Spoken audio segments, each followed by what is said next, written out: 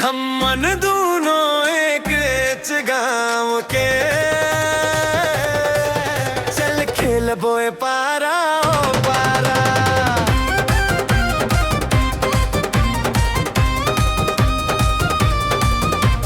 खेलब फिर घर गुंदिया, हमर खेल हो ही सब ले न्यारा।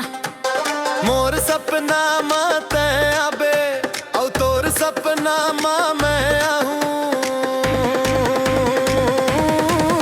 हम मन दोनों एक गाँव के,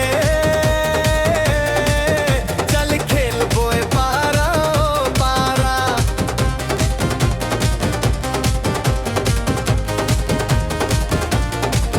चल खेल बोए पारा पारा।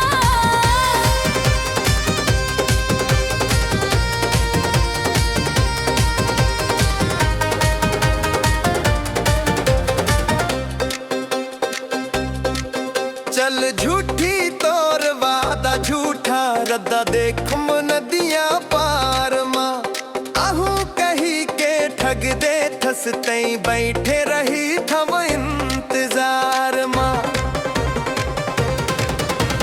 सपना के बादला छोड़ नहीं देखन जा तोला दोबारा। हम मन दोनों एक गाँव के, नहीं खेलने पारा पारा।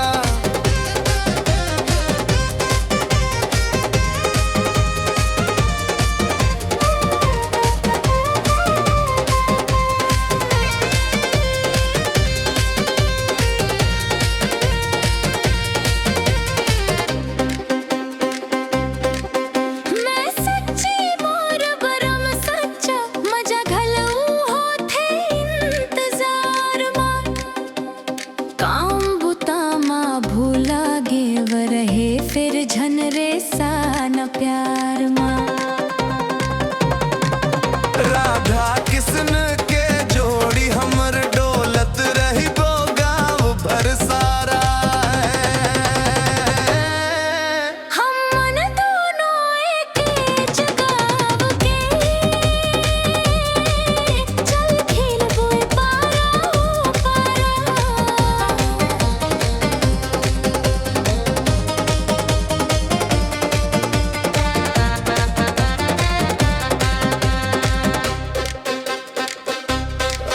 अब दूसर से मन मिलाना है, इसने से लगन धराना है।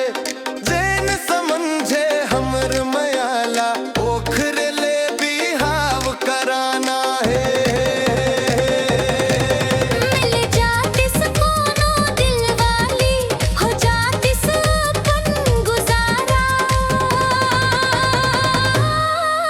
हम मन दोनों एक गाँव के,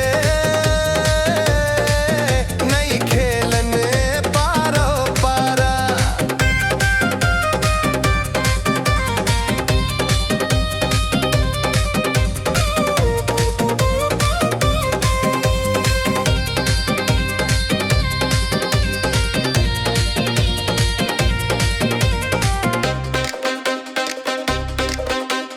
दूसर से मन मिलाना रहीस का बरमोला मया मार जाए। लकठा ससुराल के सपना दिखते हैं